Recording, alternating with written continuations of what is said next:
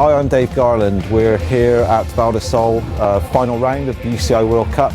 This week's tech section, we're going to be looking at the tricky subject sometimes of how to set a bike up relative to a rider's weight distribution, whether they're clipped in or they're using flat pedals, and the reasons why you would actually spring and set a bike slightly different for those two types of riding styles. Clipped in riders generally have their weight distribution very central to the bike or even slightly forward.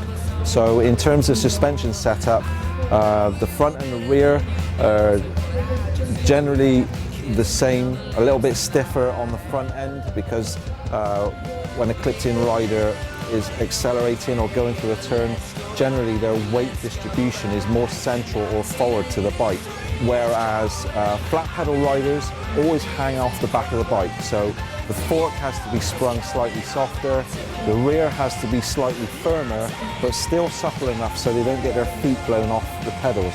And again, in the corners you would generally find if it's a very fast flat turn, a flat pedaled rider will hang their inside foot out just for a little bit more stability. They can enter the turn a little bit quicker than an SPD rider, whereas an SPD rider can exit a turn slightly faster. We're here with Chris Ball, former World Cup downhill pro and now chief delegate for the UCI. Chris, can you tell us the difference between flat pedal and SPD riders in terms of cornering and why flat pedal riders seem to go through corners quicker? I think there might be a number of factors. Sometimes it comes down to confidence. I know I ride flat pedals and it's because I get more feel.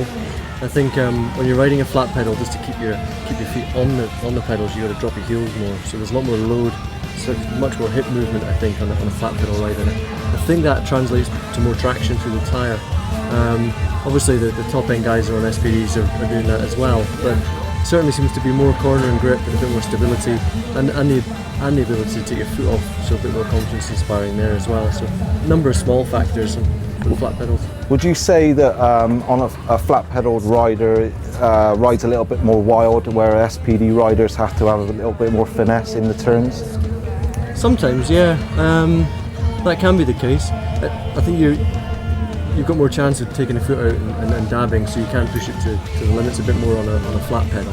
But likewise, you've got to be careful not to blow your feet off all the time because your feet aren't being held on mechanically. So there's a finesse to flat pedal riding that I think is not always clear from the videos.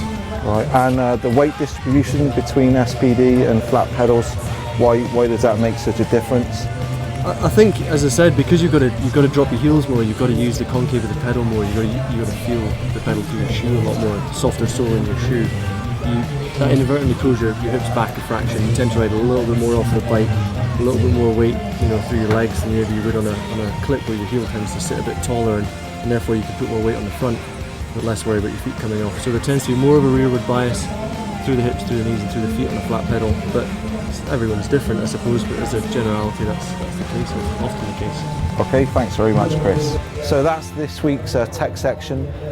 Thanks for joining us, and if you've got any questions about weight distribution, whether you're a flat pedal rider or SPD rider, you can email us on Facebook and we can answer those questions next time round.